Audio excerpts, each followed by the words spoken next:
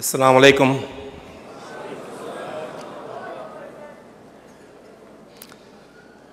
Bismillah ar-Rahman ar-Rahim.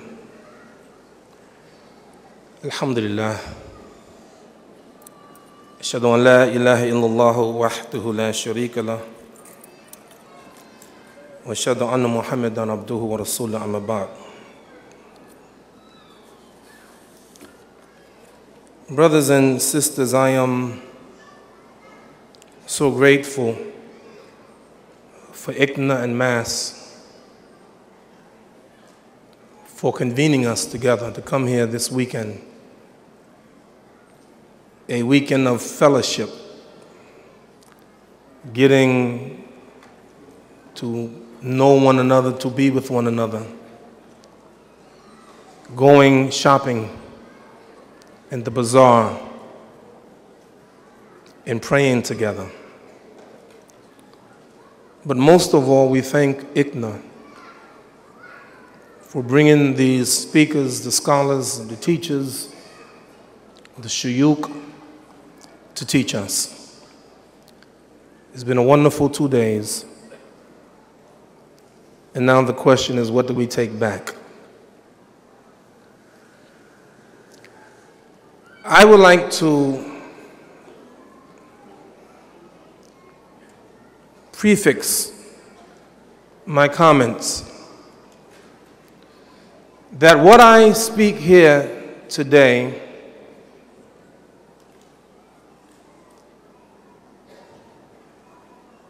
don't blame ICNA. Don't blame Mass. I don't speak for Sheikh Bukhari. Even though I'm the Amir of Mana, what I say today doesn't represent the position of Mana. I am the Imam of Masjid al-Taqwa. But what I'm about to say doesn't represent the masjid. So those of you in the media, what I'm going to say, don't blame them. Everybody's nervous now.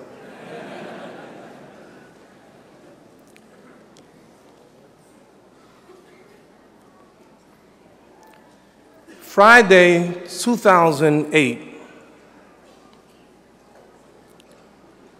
was an historic program on TV. And I know none of you watch TV.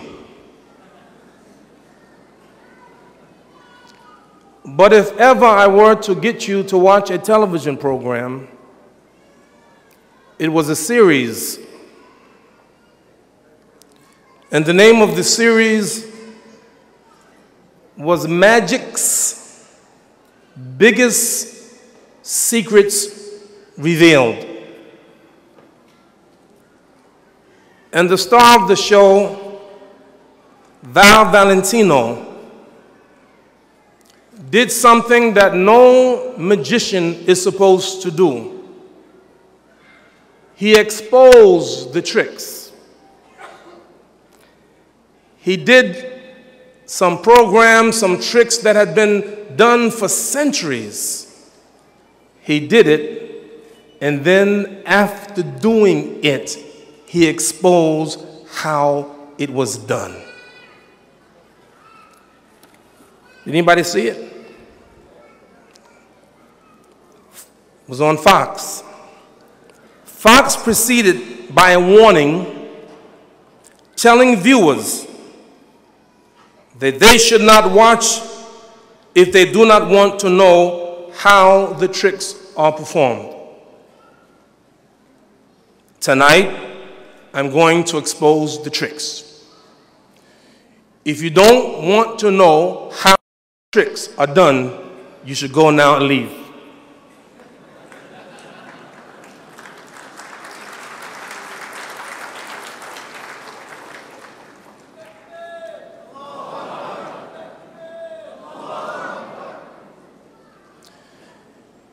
"18 years ago, there was a case in New York City, the first World Trade Center bombing.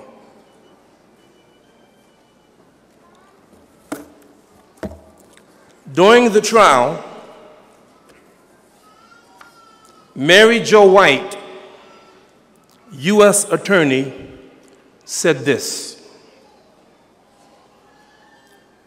Before I say that, let me say what Muawiyah said, radiallahu anh. He said, La hakima ila dhur tajriba, that there's no real wisdom without experience. And what I'm about to tell you is not based on something that they told me. It is based on personal experience. Listen to what her words said, word for word, verbatim. Ladies and gentlemen, enclosed is the list of unindicted persons who may be alleged as co-conspirators. The list is not exhaustive, and as always is the case, the government's investigation is continuing. If we discover missing names, they will be added. Mary Jo White, U.S. Attorney.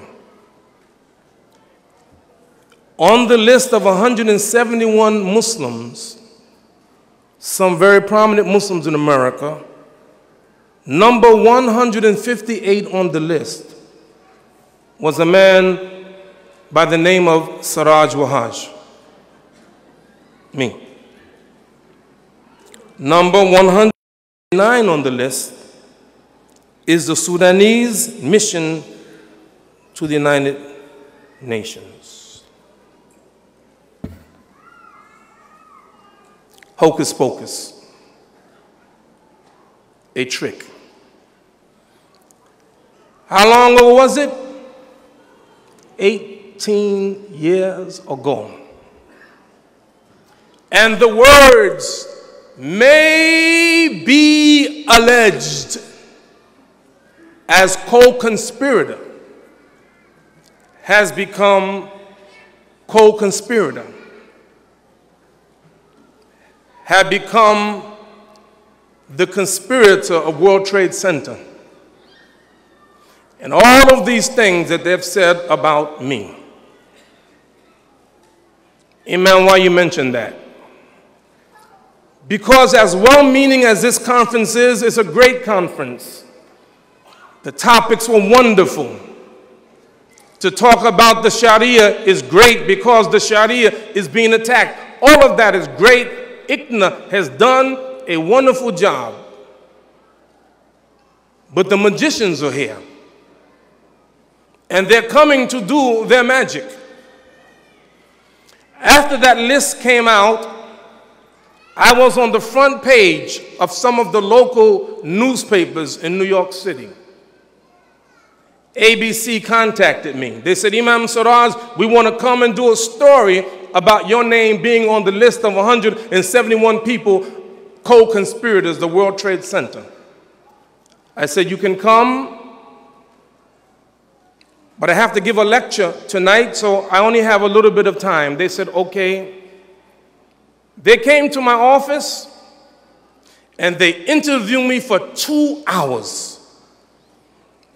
Brother Yasser will tell you, and others, that whenever you are being interviewed by the media, you have to be real careful because things they can take out of context.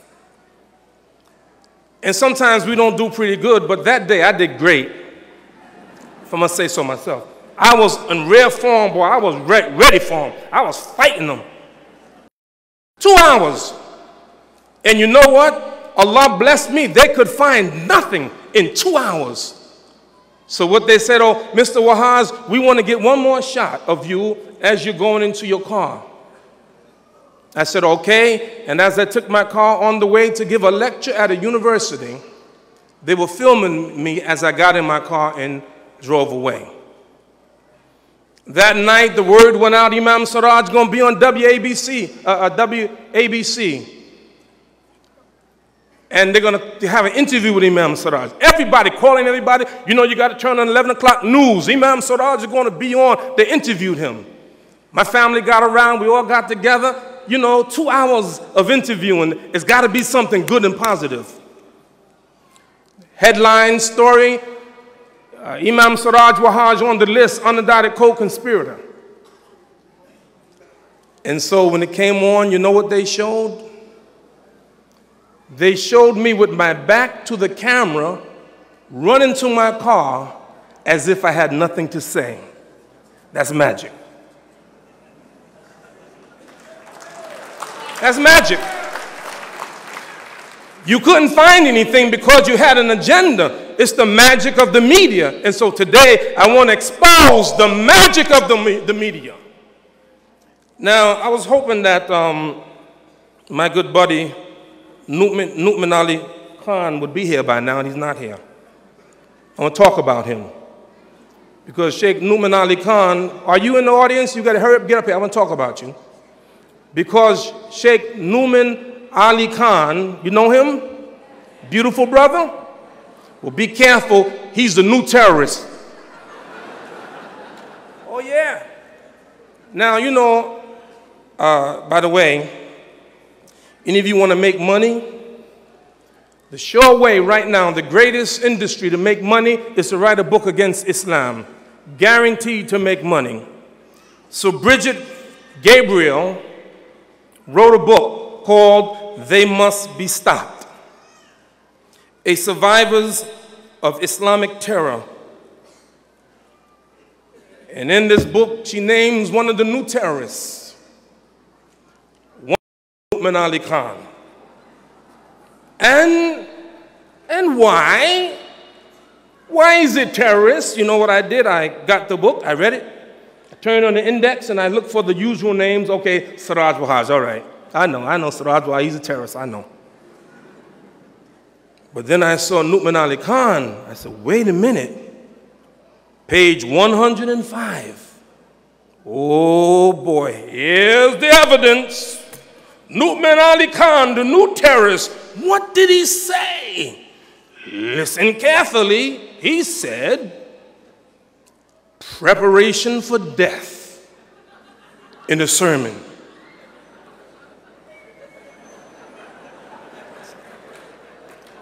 That's it.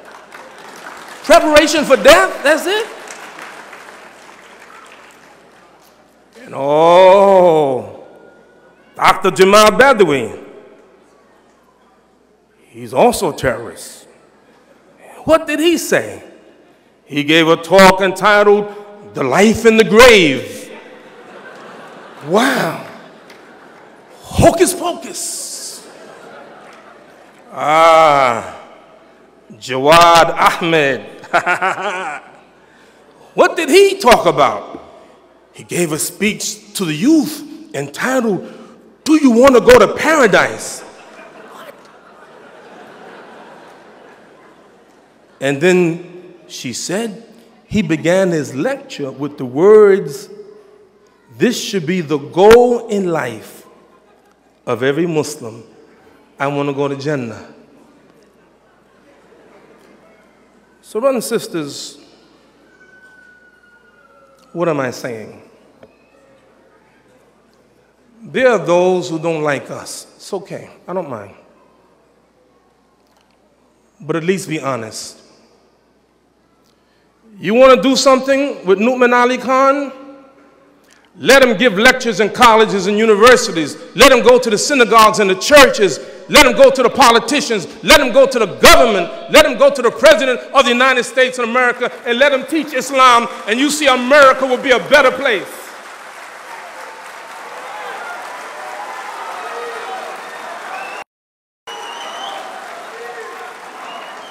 But I learned something. I learned something. Prophet Musa, alayhi salatu wasalam, he had to deal with magicians. Allah blessed them. They said, should we throw first or you throw first? He said, you throw first. And when they threw down their tricks and their deception, Musa alayhi salat wasalam, Moses came and ate up their deception, and those magicians then accepted Islam and they followed Prophet Moses. And I learned something. One of the local television stations, I'm not going to mention his name because I don't want to get him in trouble, he said something negative against Imam Siraj. And I have a brother in my community named Ali Abdul Kareem, may Allah bless him, hafidhullah. This is the kind of brother, every time something negative is on TV, in the newspaper, he calls them up, he talks to them, he goes see them, and he go correct them. So this man who did the story, the negative story against Imam Siraj, Ali Abdul Kareem challenged him. So the man came to see me and did an interview with me. And in the end of the interview, he said to Ali, "That's a good man." And then he made a new story and he put it out on television, a very positive statement about Imam Siraj Wahhaj. So what do I say? What's my point? My point is we must continue what we're doing under the capable leadership of President Bukhari and ICNA and MAS. And all of us, we must continue to do what we're doing. But I would like to end with this, something for you to consider. The question before us, is the Sharia a threat to America? Or is the Sharia good for America?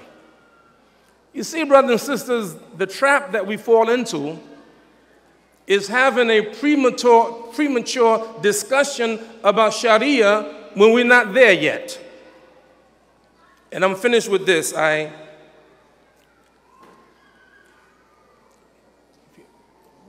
Put it in a cup. Put it in a cup. Put it in a cup. I got a letter in the mail a few weeks ago.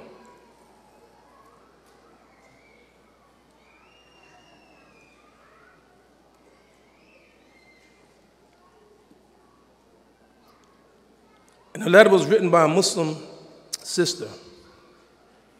She said, "Imam Siraj, you don't know me. I'm married to a Muslim man who just got out of prison after spending 12 years in prison. He just got out, he's practicing his Islam after being 12 years in prison." And she said, "Imam Siraj, while he was in prison, he got a hold of your tapes.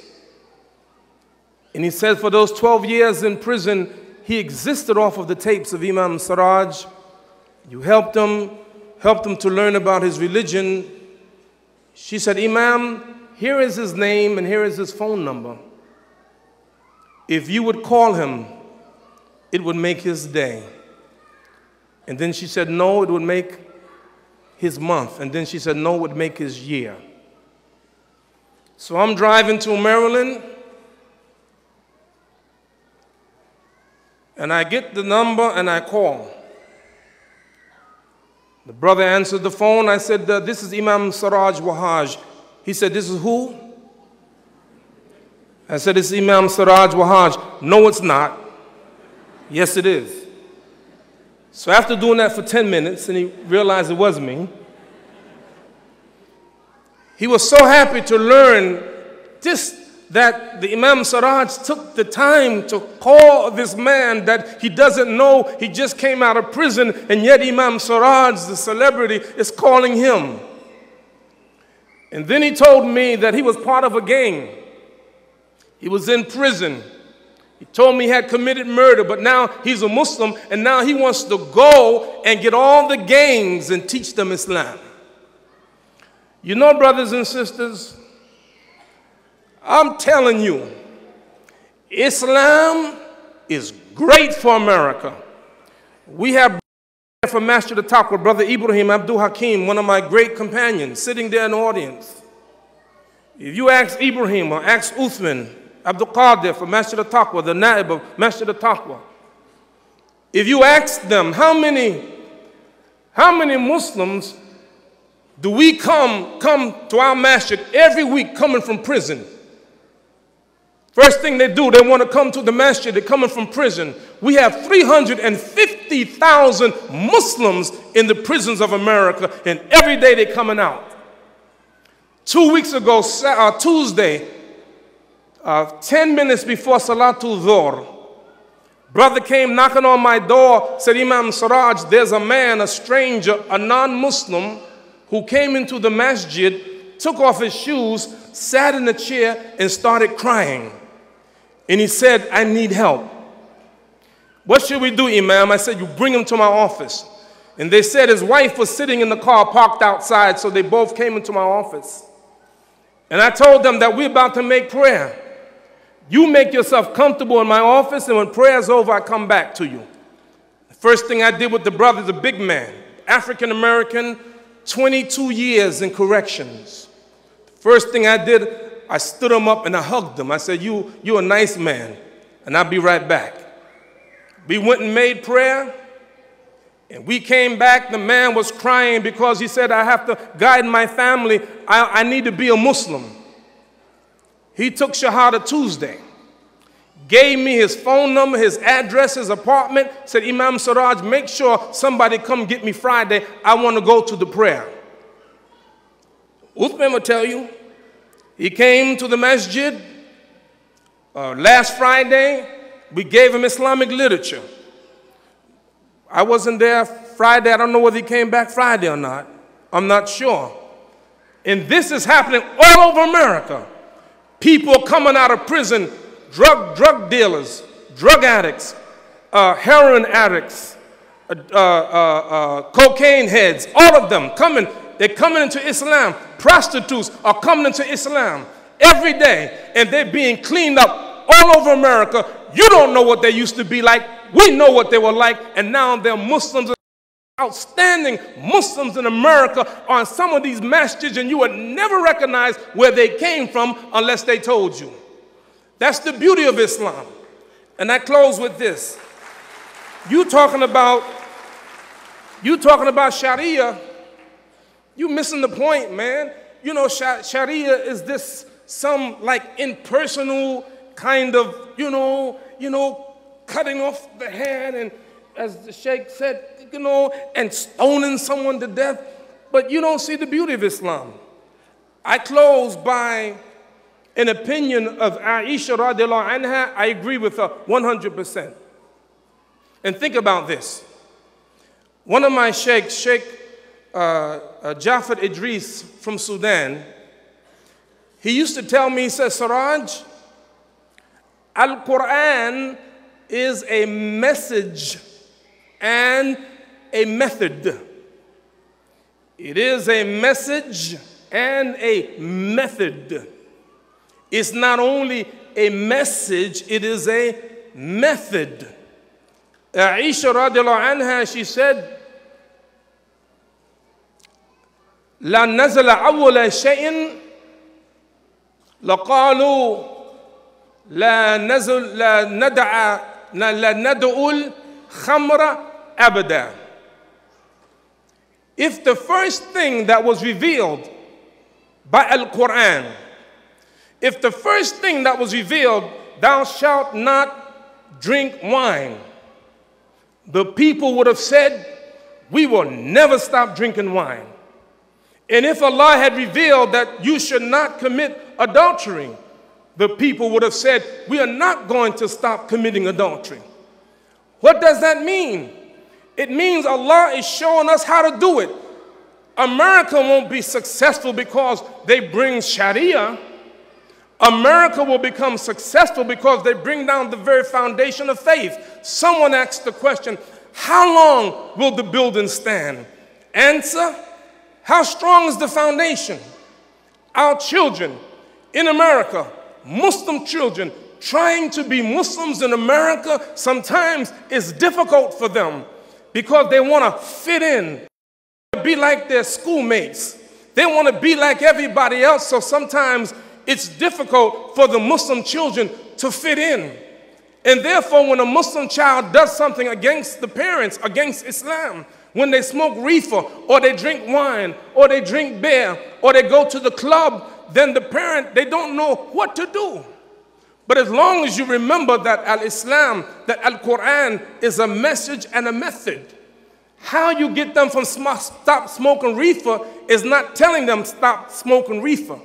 How you get them from stop smoking weed and going to the clubs and drinking wine and getting high and going to the prom, how you stop them is teach them, as the Prophet did. The very foundation is the love of Allah and the love of the Messenger and the foundation of Islam.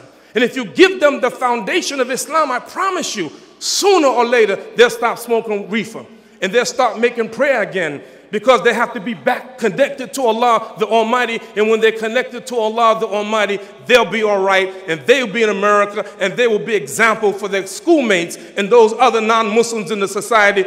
They will be the best examples for them. Now, brothers and sisters, wonderful conference. Wonderful conference. And it's not over yet. I'm going to take my seat. But before I do, I want to do something that we've never done before, in my estimation, at an ICNA conference. I think that ICNA is a wonderful organization. It has grown, it is powerful, it's attractive, it brings scholars, it brings the people. They got good ideas, and they got wonderful programs, and they're working, and you've seen them work for years. I would like to take maybe 5 minutes to show our gratitude for ICNA for the work that is done, number one, and number two, to partnership with ICNA. I'm going to ask you for some money, but I'm not going to ask you for a lot of money. I'm going to just put this figure and see if you agree with me.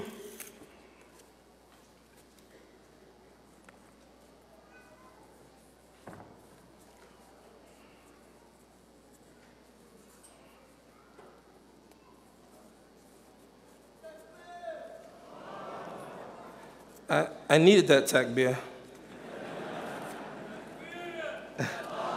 I need that one too. I probably need one more.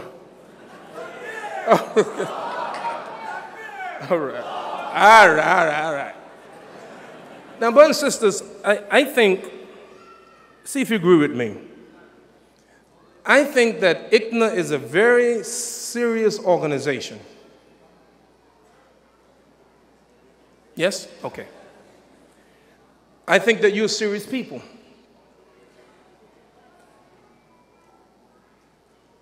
I'm going to quote two things, let you think about it, and then I'm going to ask you for some money for ICNA. Not far from here, there is a school called Phillips Academy. It's in Andover, Massachusetts. They have 1,100 students. It's a high school. And they're serious. You know how serious they are? Their tuition is $41,300 a year. Serious? But you know what? They pay for it. And they pay for it because what it brings to them, number one. Number two, La Rose High School, a private high school in Switzerland. You know how much their tuition is? Their tuition is over $85,000 a year. $85,000 a year. And you know what? They pay it. And you know why they pay it? Because they're serious. The question is, are the Muslims serious? Lip service doesn't serious. Clapping doesn't prove that you're serious. Saying takbir doesn't prove that you're serious. One of the ways to show that you're serious is coming to the conference like you did. But another way to show how serious we are is what we give. عن سر الكون يحدثنا الله تعالى أنزله ورسول الله